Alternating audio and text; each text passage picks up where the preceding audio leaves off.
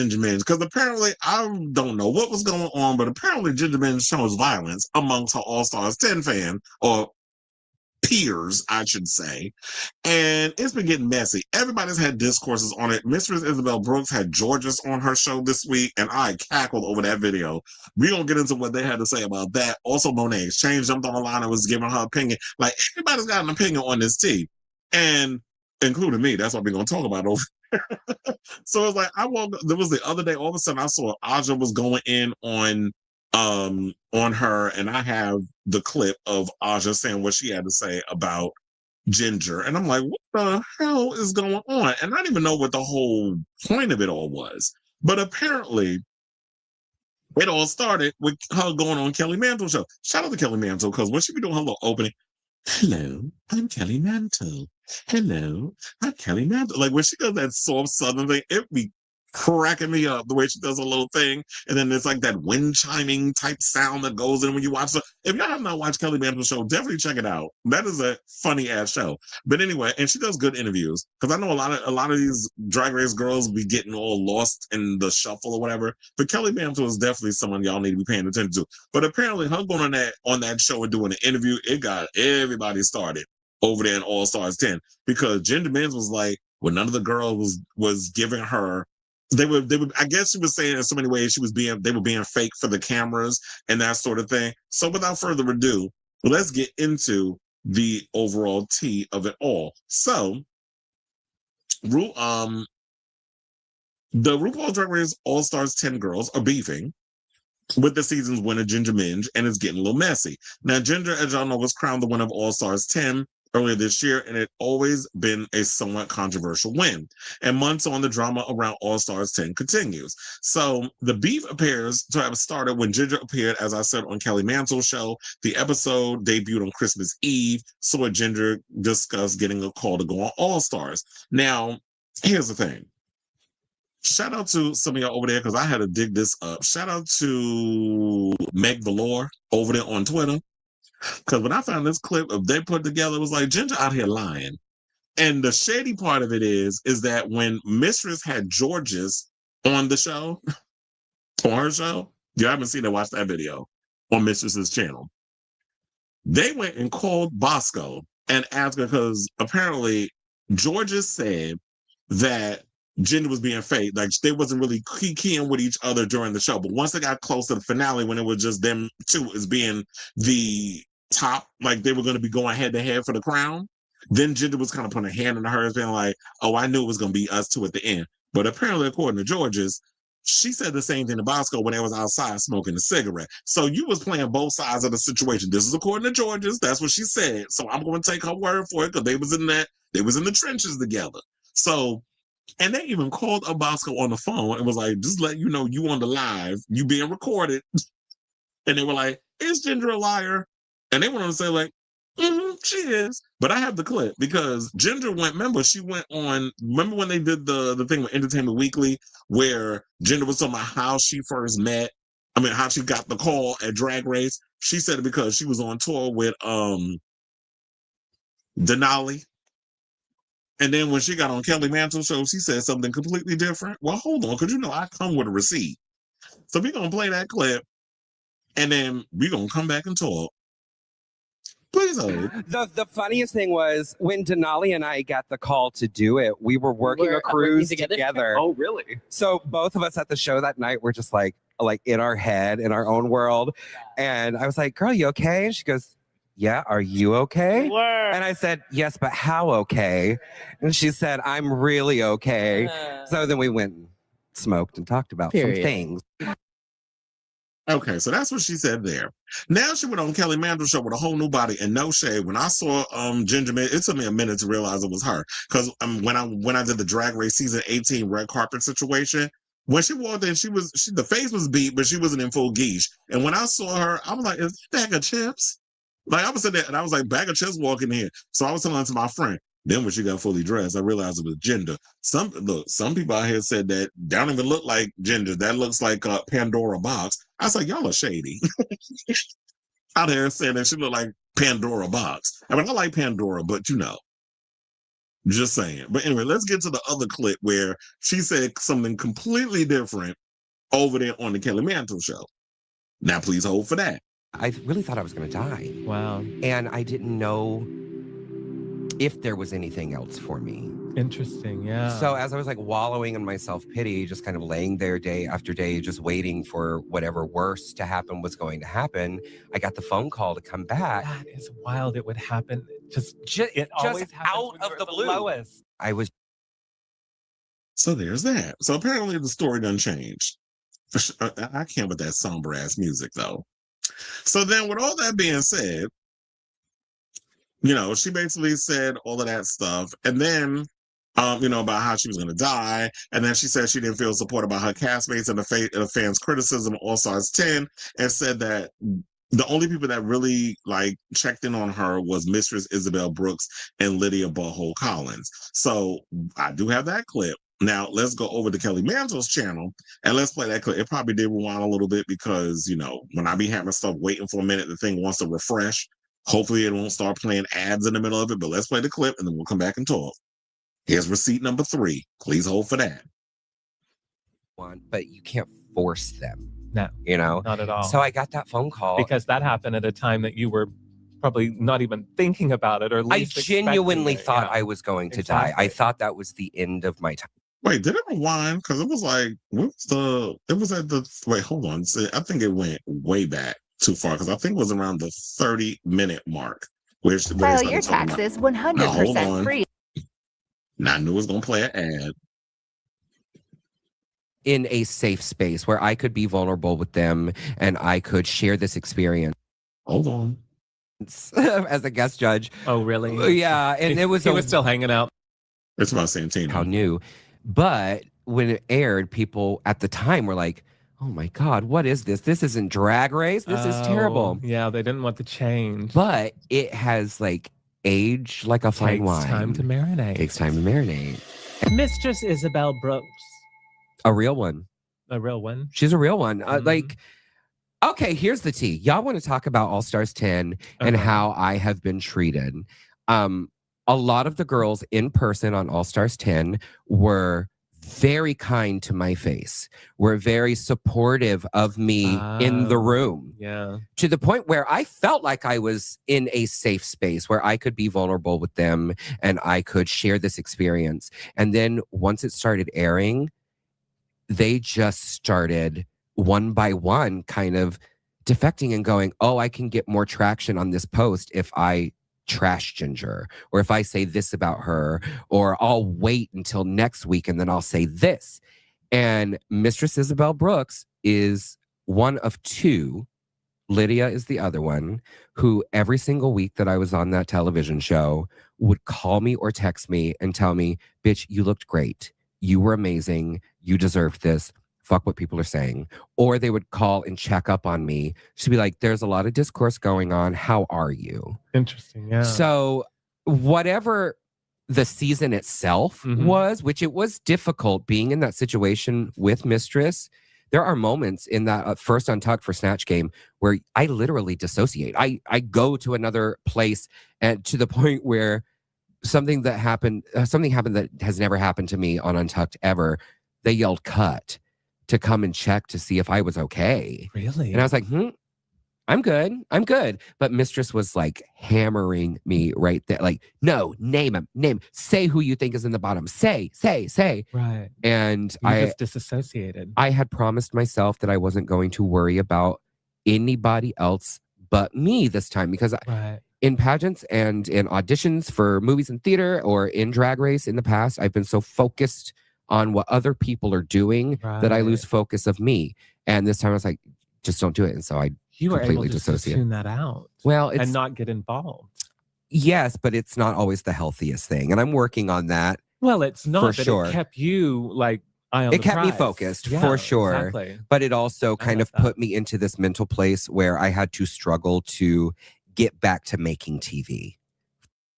Okay, so y'all pretty much got the point with that, because I was like, you don't need to play that whole clip. Now, with all that being said, of course, that got the party started, and a lot of the queens from that season got pissed and they jumped on the line and they decided to go in and let have on Ginger, including Aja. So we got a couple of them. We're gonna play that Aja clip. Hold on, I told you it's gonna be clip heavy today. We're gonna play that clip courtesy of Reddit, and then we're gonna come back and talk. Please hold. Hold on, let me rewind because I don't hear it. Bitch, I don't know you like. Yeah, I didn't call that bitch. I didn't give a fuck.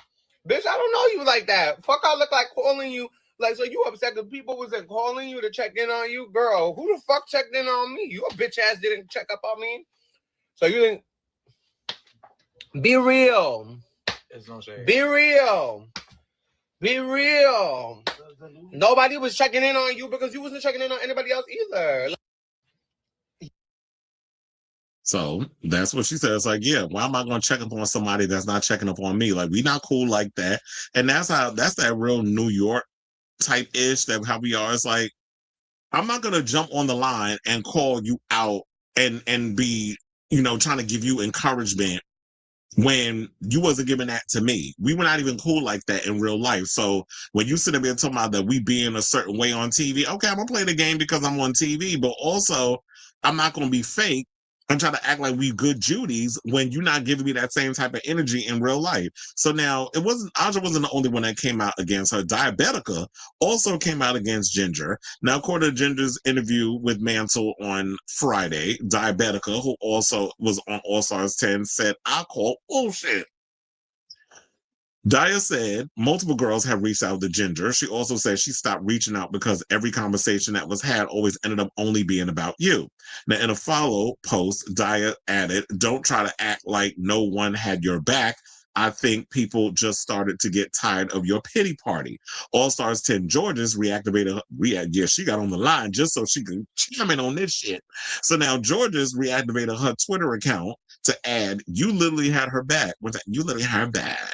You know how she told, like she always done smoked the blunt on the same day. Drag Race's Plain was messy because she was like, Plain Jane then chimed in with her typical sharp humor writing back when it was bigger too.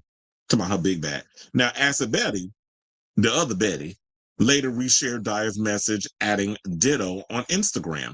And then, of course, we already talked about the whole Aja situation, but I should also follow up with this. Now, Aja did jump in with this post where it says here, I don't know if you can read it, but that's what I'm here for. Now, she said, just to clarify real quick, I was also dealing with a lot during filming, and the people who are actually close to me did check in on me. I was not expecting a bunch of people to reach out because that would have been unrealistic. The clip that's going around is from an Instagram live where I was literally finding out what was going on through the comments while I was live. I was just being honest about how I felt in the moment. I still have not seen the interview and I do not plan to. It does not really interest me. For me personally, it was not that serious. I do understand that some people may feel away or were caught off guard by the statement, which is valid. At the same time, I do think it's kind of wild to say nobody checked in when people actually did. And here's the thing, I do feel like that Aja has a right to speak. First of all, if I'm in a live, it's like, and that happens here too. Like if I'm in the middle of a live and somebody says, oh, breaking news, this, and this is going down. And it's like, I don't have time to research and prepare on what's going on or get the nuance. So it's like, I open up the thing, I read it, and I react based off of what is popping up in the situation at the time. And then later on, I can expand on it, which I did with the Tyler Perry thing. When I was doing a live, I broke the Tyler Perry story here because it came out while I was on the live. And then now, because there was more to add, I expanded upon what we had learned in the last video. So I totally understand that. And look, Aja was there in that pressure cooker known as the All Stars 10 Drag Race with them queens. So why can't she speak on based off of just stuff people telling her in the live, like, oh, this is what's going on. Okay, I'm gonna speak out on it. I'm gonna give my opinion and just keep it moving. And people get mad at her over that. It was like, but y'all weren't there. Like this whole team this and team that, shove that shit up your ass. So now, last but certainly not least, Cuckoo herself, Cynthia Lee Fontaine, entered the chat. And I got her post because it's a pretty long one. Now on December 29th, which was yesterday, Cynthia Lee Fontaine also blasted Ginger for her comments on Mantle's show. So yeah, she posted like this long post which I'm definitely going to read to y'all. Now, I'm not going to windmill on Cynthia too much because I know English is not her first language, and y'all know how I get on people with their grammar. So I'm going to give you a little grace with this. I'm not going to windmill you on that because I get it. So now, referencing all the inconsistencies and the inaccuracies from the interview, Fontaine disputed Ginger's account that people weren't supporting her. She says, "It seems you totally forgot all the text and put in caps all the text." Now we get back to small letters. Messages I sent you this year giving you encouragement and support. So her long videos, this is what she said, and this was on her Instagram stories, saying, "Ginger, I have the opportunity to see the interview at the Kelly Mantle show. From all the inconsistencies and inaccuracies you talk on this interview, the one that got my attention was when you said that a lot of contestants on the season stopped talking to you, and when the cameras were on, they were talking to you, but off camera, the story was different. It seems you totally forgot all the text messages I sent you this year, giving you encouragement and even support. That's the truth, and I have evidence because the one who decided to isolate for the rest of the cast was you. RuPaul granted you with the crown. This is not the time for lies and conspiracy theories because you are looking to portray, well, I think she meant portray, but she put portrait. Looking to portrait a victim character is not accurate to be likable or have visibility in front of the fans. This is not a winner behavior. Also, using position of power and privilege to spread lies, harming others with your words is vicious and out of the place. I wish you the best, but I thought for a moment you would be changing for good, and that was not the case. Very disappointed. Please look for peace and stability. As a winner and drag artist, you should be led by looking for unity and respect for this artistry that has been under attack by the government, religious groups, and conservatives. Have a good night and good life and do better. Ooh. Now, she probably had it translated from, in English, but look, she's absolutely right. It's like, Cuckoo don't be hurting nobody. She don't be out here bothering nobody. And here, Ginger out here trying to play the victim. And that's why I think a lot of the girls was upset about. And then her going around, well, I just came and I showed up and I didn't care what other people thought. And I wasn't the one that was out here constructing the show for me to win. That might not be the case, but we know that production clearly had an agenda because they wanted you to win. So they were shifting the situation for you to win. And even George's brought this up when you and her were lip syncing. They said quiet as is kept. They thought that Kerry Colby mopped the floor with you during that lip sync, but they had a narrative to portray. Because quiet as is kept, I was like, I like Kerry, but I actually wanted Denali to come back. But they chose how they chose, and I felt like y'all did that because y'all wanted to do Kerry dirty. So y'all had a narrative to play on this damn show. And y'all be making it so obvious with the production choices that y'all make. It's like, we know the show was produced, but don't make it so obvious that you're producing that even a person that don't know shit about production can clock y'all over that. So that's the overall argument. But you trying to play dumb, well, it wasn't my plan and I wasn't doing all that. It's like, come on now, we could all see it with all the rose-colored glasses that we done took off, that they were really trying to structure this show for you to win. And even Jordan said at one point when I was dancing and I was doing all my thing on the stage, Rue's eyes clearly was on Jenna the whole. So we all know this was a game that y'all was trying to skew up from the beginning. Which is why I think a lot of times people get so irritated with this damn show. But I get it. It's not, it's a competition show. But at the end of the day, it's more or less a reality show disguised as a competition. Now, they also said that more drama has come out elsewhere in the Drag Race sisterdom. Now, Irene the Alien and Denali, who have both competed on All Stars 10, have shared a 2012 tweet from RuPaul that reads, "Hard to remain patient with friends who focus solely on their own crucifixion. Get off the cross, girl. We could use the wood." Oh, I remember that line. I remember that tweet. Now, Irene has since said that she was just posting a meme for Christmas. Okay, girl, we know what you were doing because you messy too. And I truly don't give a fuck. I don't give a fuck. I don't give a fuck. Now, a video shared by Mistress Isabel Brooks, also from All Stars 10, has shown the cast group chat, which shows Bosco as having removed Ginger. The chat also sees George's as, whose number is that? Indicating she hasn't saved Ginger's number in her phone in the first place. So the girls are being messy. We are living for the shenanigans and the entertainment. I know I am. And look, this is all happening 2 days before we're about to get the new season of Drag Race, season 18. But They all have a right to feel how they feel. If you're going to sit up out here and say something on Kelly Mantle's show that's a lie, I believe all the other girls have a right to give their side of the story. Now, it's going to be real interesting because that was only the first part of a 2-part interview that Kelly Mantle has done. I believe the second part is supposed to come out on January 7th. So I'm going to wait around. I'm going to watch that episode, and I'm sure there's more mess that's going to be coming out from that episode, the second part, and we'll have more grist for the mill to bring up on this show regarding what else Ginger had to say in that Kelly Mantle interview. So I say all this to say, what do you guys think of this episode? Whose team are you on? Are you team Ginger? Let me stop trying to be drag race messy. Are you team Ginger Minj? Are you team Ginger? Hashtag Team Ginger Minj or whatever that stupidness they be doing with the stupid teams whenever we get to the finale. So let me know how y'all feel about all of this mess in the comments down below.